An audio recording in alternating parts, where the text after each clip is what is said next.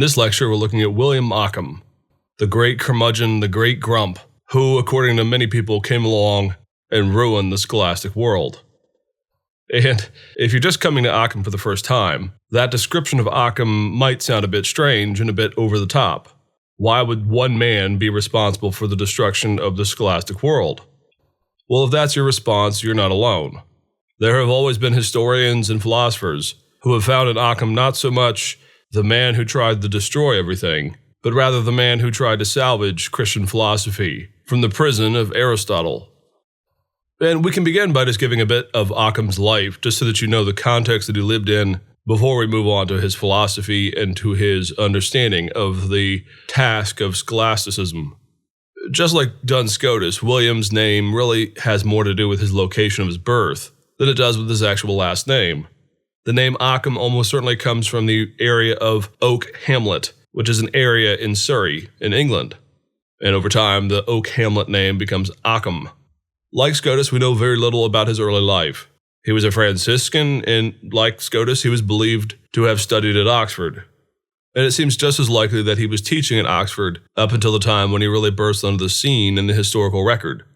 Ockham wrote a great number of things related to philosophy and to theology, but he didn't write as much as most people might think that he did, given the weight of his ideas on the scholastic method. At some point, Ockham is called to the city of Avignon, down in the southern part of France, and so that tells you that this is during the Avignon papacy. He's called down there in 1324, and just what the problem is not all that obvious. It doesn't seem to be the case that he is necessarily being called simply for the fact that his theology is out of whack with the normal Catholic teachings. It just seems to be the case that as the papacy is split between Rome on the one hand and Avignon on the other, that there is a turf war that is provoking in the popes that are sitting in either city at any time to really leverage a heavy hand against the more outspoken or even the more rebellious elements within Europe. And one of the issues that's being fought over at this point, again, is not so much related to faith and reason, but rather it's related to the apostolic ideal of poverty. We mentioned in previous lectures about the renewal movements within the monastic orders. There were groups like the Franciscans that came along who really reacted against the opulence and the power and the money that was associated with the older orders of the monastic movement. And they preach a real simple apostolic poverty. And we noted that these groups are called the mendicant orders. That is to say, these are the orders that have no personal property, no money, and very often they have to beg for their daily bread or simply to survive. Well, this actually becomes a fight there in the city of Avignon. Of course, the papacy is there living in a pretty opulent palace, and the Pope himself very often was not believed to have to live according to this apostolic poverty. In many ways, he was supposed to live like a prince or one of the kings of Europe. Well, the Franciscans and all these other mendicant groups are coming along saying that Christ and the apostles were like them, that they kept themselves poor, that they had no property, and that therefore the true ideal of the monk is to live like Christ and the apostles.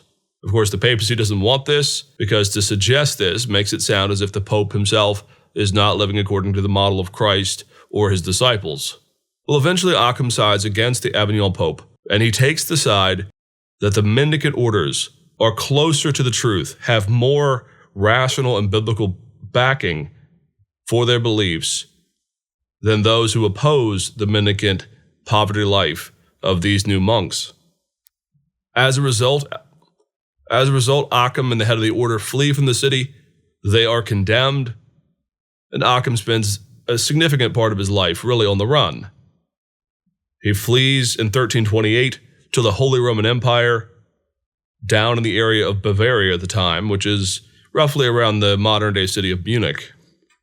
And this is the court of the Emperor Louis IV. And Louis is going back and forth between the modern cities of Munich and Pisa. And so Ockham essentially spends the remainder of his life within the court of Louis. And at this point, because of the nature of his accusations and the condemnations, he actually spends the rest of his life really, almost entirely, devoting his intellectual prowess to the issue of politics. In fact, in the history of political thought and theory, Ockham is one of the preeminent medieval thinkers on the subject. He actually wrote a book in which he argued, surprisingly, that the Pope should not have control over the church. He argues that instead, it is the emperor, almost in this Constantinian model. The emperor must have control over the church. And it is the emperor's job to censure or to control wayward popes and all of these maverick people who are trying to impose their will, whether it's from Rome or from Avignon. Not surprisingly, June 1328, Ockham is eventually excommunicated. You don't get to side against the Pope and then run and write books against the Pope's power and live to tell about it, so to speak. He's not actually executed for this, but he does spend the rest of his life excommunicated, and then he dies in 1347. Well, this story about Ockham is important because one of the things that Ockham is usually accused of is of simply being negative about scholastic theology. Those things that he did write about theology or faith and reason were during a time in his earlier years when he was being very critical. Ockham is the guy, you might say, who says that the emperor has no clothes. He has studied widely people like Aquinas, Scotus, Lombard, all these folks. And he spent a lot of time really challenging their foundation. The problem, though, is then he seems to almost drop the mic, head off to Bavaria, and spend the rest of his life writing about politics. And so here's a man who has issued a number of challenges to the Catholic Church, issued a number of challenges to the scholastic method as it existed in his own day. And then he doesn't turn around and attempt to offer his own positive account as to how we ought to do these things. He somewhat paints himself into a corner, and even in his own writings, he admits that he's painted himself into a corner. And there is some evidence that he wanted to work his way back out to develop a more firm foundation of doing theological thinking and reflection in the context of the church. But because of the vicissitudes of his life, because of the politics that he got himself embroiled in, he really doesn't do this. And so again, he simply walks off stage just after having told everyone that they're wrong. Part of that reality, though, is why Ockham is somewhat despised, depending on one's philosophy or one's understanding of the Middle Ages. One of the more interesting interpretations is that what Ockham does is he muddies up the waters of the latter Middle Ages, that after the high water mark of Aquinas, men like Ockham and his successors spent a great deal of time punching holes in the scholastic method, and thereby punching holes in some of the theological ideas of those who were scholastic. And the argument continues on that because of that malaise in the latter Middle Ages, that when you get to men like Luther, whose entire training was in this late medieval Ockhamist tradition, there's often an allegation that what Luther is reacting against is this bastardized, weakened, anti-scholastic theological outlook that Ockham injected into the medieval world. And we don't have to go into all those interpretive differences. There are people who don't like that interpretation, and they see men like Ockham in the latter Middle Ages as actually being something of a good thing, letting some of the air out of an overly expanded balloon of this scholastic, rational method. But that's not going to concern us here. But you have to know that Ockham is often seen as this pivotal character. He's seen as the man who, again, says that the emperor has no clothes, he challenges all kinds of things, then he simply leaves theologians to their own devices to attempt to work their way back out of this. Well, okay, if that's the context, and if Ockham is that important as the great Curmudgeon, just what did he teach? What were his problems? Well, many of us will be aware of something that's called Occam's razor. This is a phrase that's often used not only in theology and philosophy, but more recently, at least in the last 150 years, it's used in the area of the sciences. And there's lots of different ways of conceptualizing Occam's razor. But in its original context here, two things need to be said.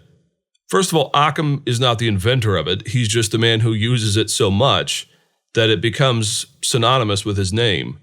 Secondly, though, what is Occam's razor? Well, Occam's razor is, in a nutshell, the belief that if all things are equal, take the simplest explanation as to why something is. If I walk into my children's room and the place is just simply ransacked, toys are everywhere, things are torn up, all this kind of thing, I can choose to believe that my kids were in there, but that a band of Hessian mercenaries stormed into the room, knocked everything over, and then ran out the door to go fight some war somewhere. Or I can believe that Gandalf is standing there, using his magic to make the place be turned upside down. Or I can take the simple explanation, which is that my kids are sitting right there in the middle of the room, themselves all disheveled, And I can say, well, the obvious answer is they messed this place up. Now, that's a more obvious example. But when you deal with people in the philosophy realm, one of the things that Ockham notices about all of the medieval history of the scholastic movement that we've studied so far, even though we've only studied it at a surface level, one of the things that Ockham notices, and he's right about this, is they always add explanation upon explanation to things when they don't need to. They take the Gandalf or the Hessian mercenary arguments rather than simply going with the more simple explanation as to why something is. Now, this is important to note. What is Ockham doing here? Is he really being a curmudgeon? Is he trying to destroy the church? Is he trying to deny philosophy or theology? No. Ockham, until the day that he dies, always argues that what he's doing is making sure that Christians don't get out over their skis. He's making sure that they're not basing their faith on an idealized concept that is only a figment of their imagination. Also, Ockham doesn't really deny anything. He's not saying that some of these things don't exist. He's not trying to simply say, everyone shut up and stop doing philosophy. Rather, what he's doing is pointing out the fact that a number of those who were involved with the High Middle Ages and the scholastic movement in those days were assuming premises that gave them favorable conclusions in the end. And he doesn't like it. He thinks it's basing the theological house on a weak foundation. And lastly, one last thing before we go through this. Ockham does not deny Christian doctrine. Often it's somewhat believed that because Ockham is so bruising, he's actually brutalizing against those who follow a certain method. It's too easily assumed that what he's doing is actually attacking Christian doctrine. Actually, from the very beginning and all throughout his writings, he's very clear. He wants to actually salvage the possibility of talking about Christian doctrine. He's not trying to find a way to throw everything out. Rather, what he's doing is he's saying we've built our foundation on the wrong principles. And so therefore he wants to save doctrine by taking it away from the Aristotelian synthesis that so many people before him had assumed. Okay, so what's going on here? Well, as we've seen from the very beginning, all the way back to Lanfranc, to Abelard and Anselm, Aquinas, Scotus, all kinds of different folks. The very great question of the High Middle Ages is at what point can we describe Christian theology as an Aristotelian science? That's a key issue. The whole issue of faith and reason is more of the question fundamentally as to can we say that Christian theology is one of those subjects that Aristotle says that you can break down in all these different categories when Aristotle is describing the study of the natural world. And of course, in the Middle Ages, philosophy, Christian philosophy, is called the queen of the sciences. Now, of course, they don't believe that they're studying the natural world in that sense, but you might say that they believed that they were studying theology and the things of God, even God himself, in a way that paralleled and that could borrow substantively all of these methods that Aristotle had described for the study of anything that is true in the natural world.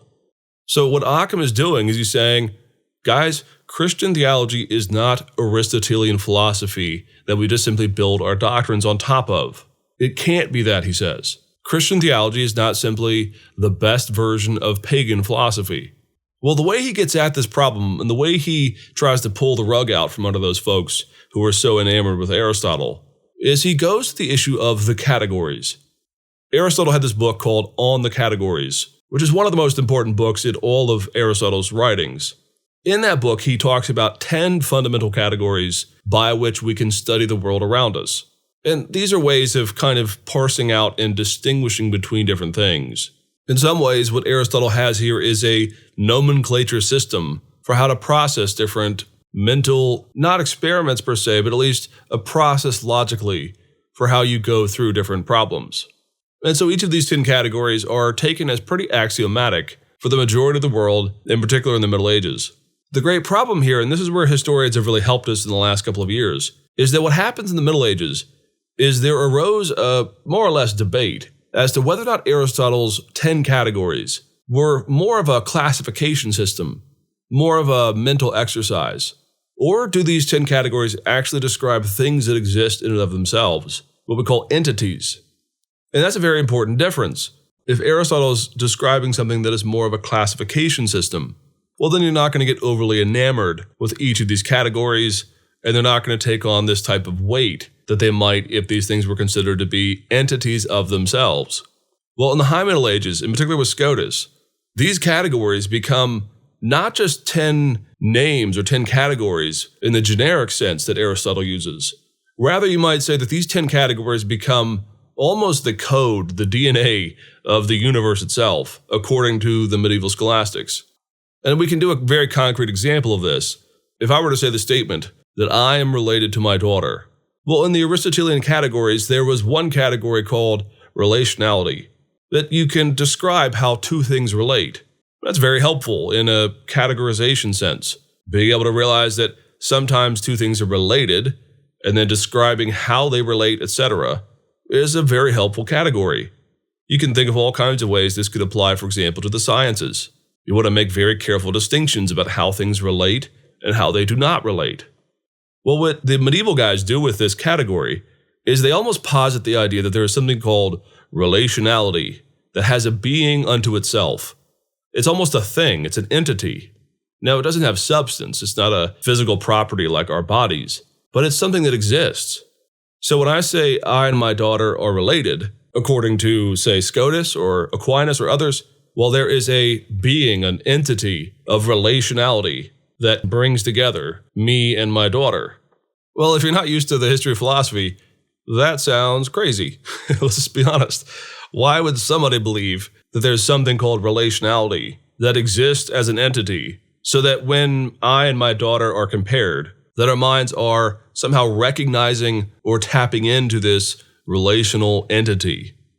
Well, the answer is it makes philosophy work. It makes epistemology work. One of the great problems that had been inherited in the West from the Greco-Roman world is how do we know what we know? Now, you might think that's an easy question unless you've done some philosophy. But if you've even done a Philosophy 101 course, you'll know that one of the great problems is how do we know something? We talked about this in brief when we looked at pagan ideas. How do I walk around and see lots of different, let's say, stones and come up with the concept that they all relate somehow together? Or if I see lots of different trees, all different shapes, tall, thin, big, some with green leaves, some with the brown leaves, I somehow know in my mind that this is all the category of tree. And we talked about some of the strategies of understanding this. Well, by this point in the Middle Ages, by the time of Ockham, the idea there was that because I recognize the relationality between these things, and because all these 10 categories of Aristotelian thinking have a substance, have a being, they are entities unto themselves. Well, the reason they go that way is because it just simply makes their philosophy work. The fact of the matter is if you don't have something objective, something that ties it all together, well, you're left sometimes only with the conclusion that I'm just simply making it up in my mind. I notice a different rock and I go, all right, I'm just going to call these two seemingly different things the same name. Well, as you can imagine, if it's all up to my mind to simply apply a word to two different things, well, that's not a very great foundation for assurance, is it?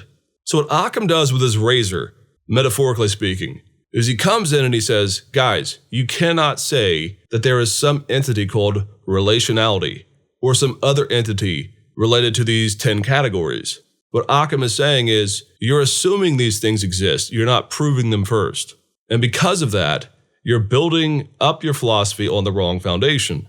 Now, if that's still not entirely clear for you, I think there's a great analogy that can actually help you understand this.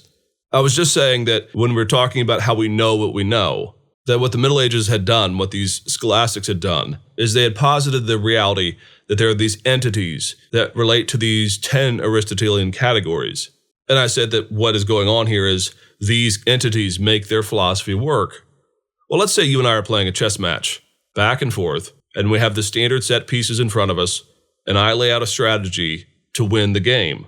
And then suddenly, about halfway through, I realize that my strategy, the grand plan for me to win the game and trash talk you the rest of the day, is not going to work. So the pieces that I have are going to fail. And let's say as we're playing the game, I simply bring in 3 new pieces entirely. Brand new made up figures.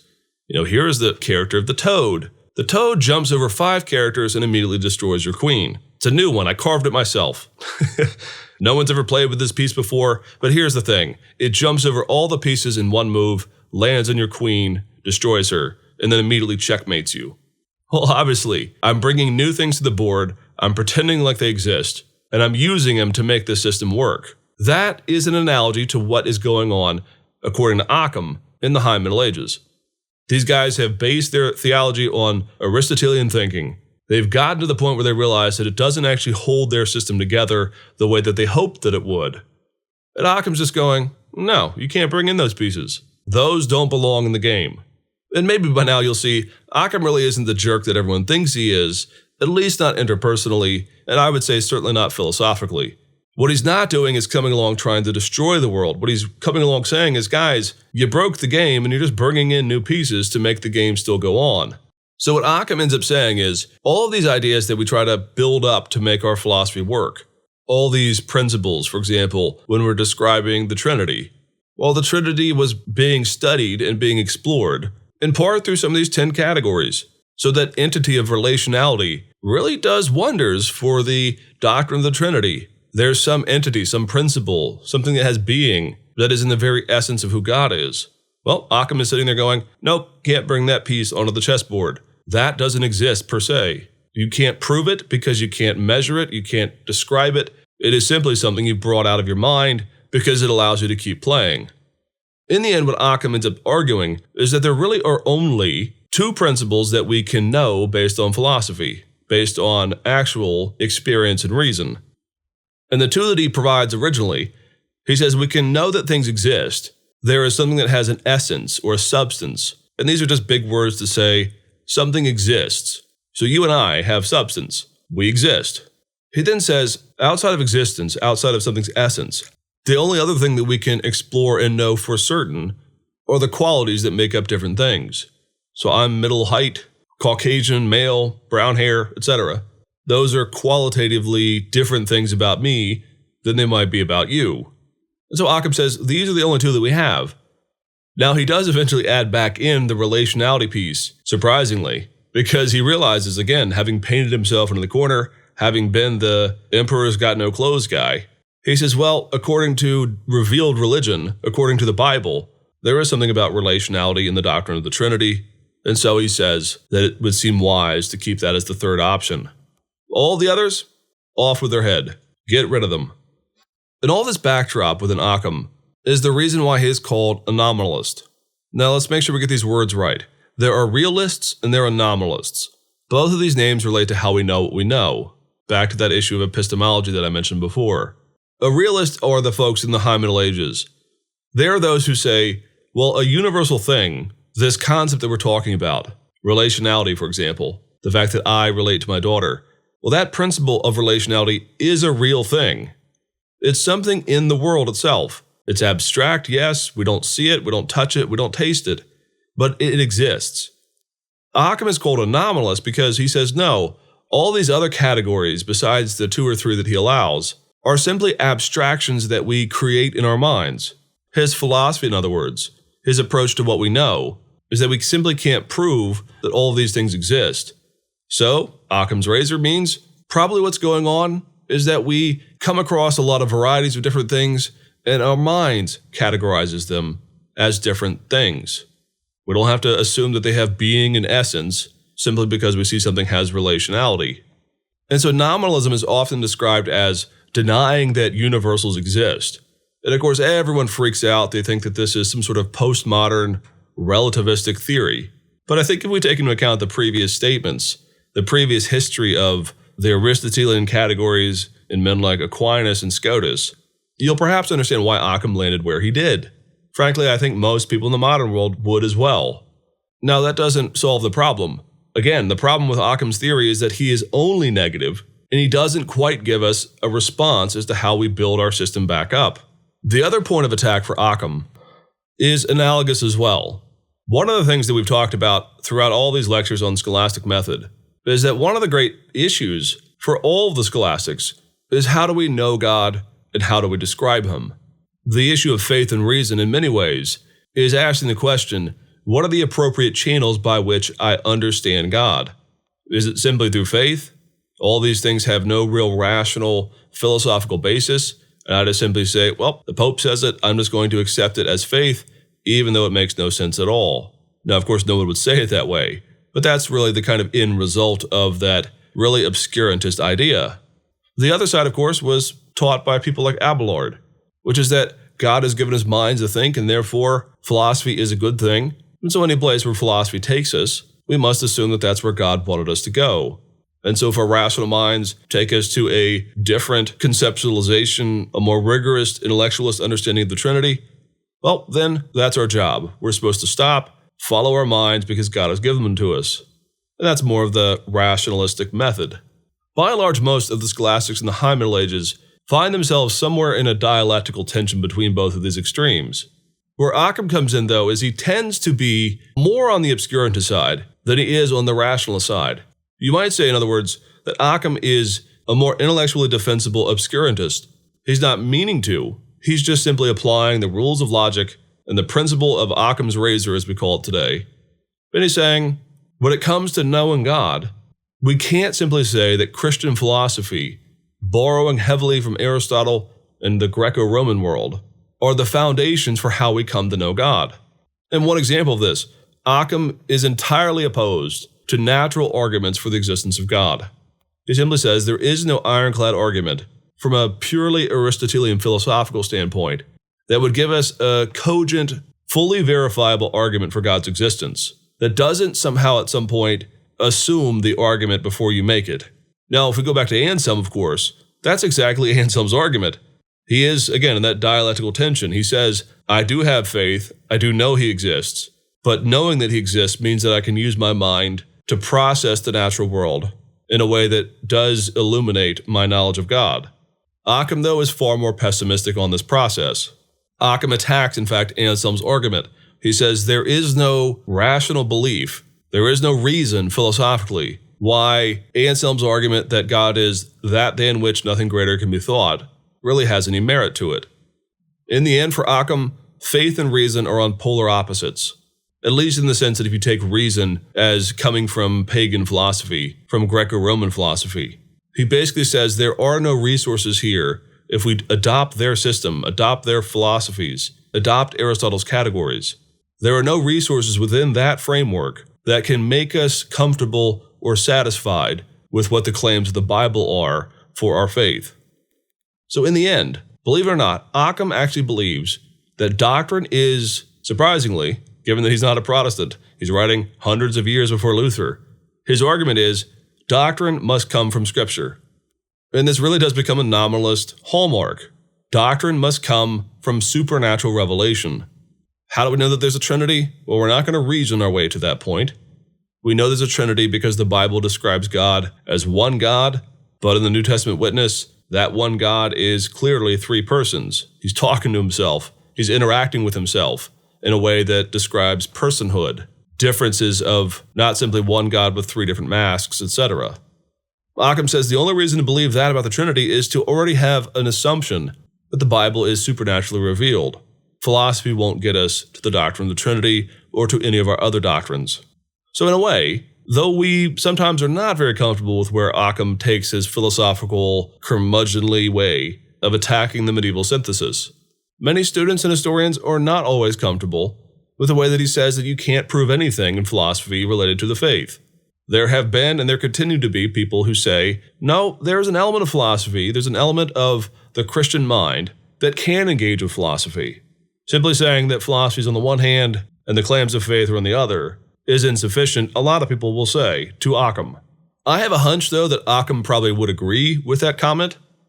Again, he simply was attacking his predecessors for their over-reliance on Aristotle's categories.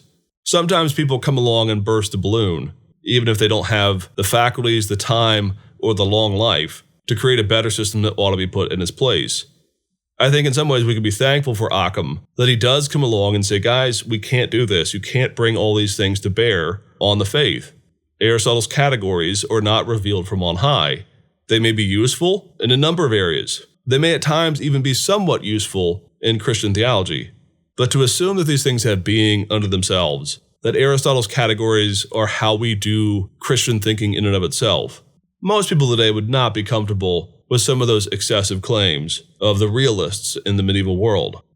And, surprisingly enough, Ockham's ultimate conclusion when it comes to doctrine is stick to the text. get back in the Bible. It is only from supernatural revelation that we can claim some of the more core fundamental doctrines of our faith. In that sense, Ockham is really more of a biblicist. And is it any wonder then that Luther himself, having studied all of his adult life in this nominalist tradition, himself develops a real allergy to Aristotle, scholasticism, and to its claims on the faith, and that Luther himself will say, let's get back to the text.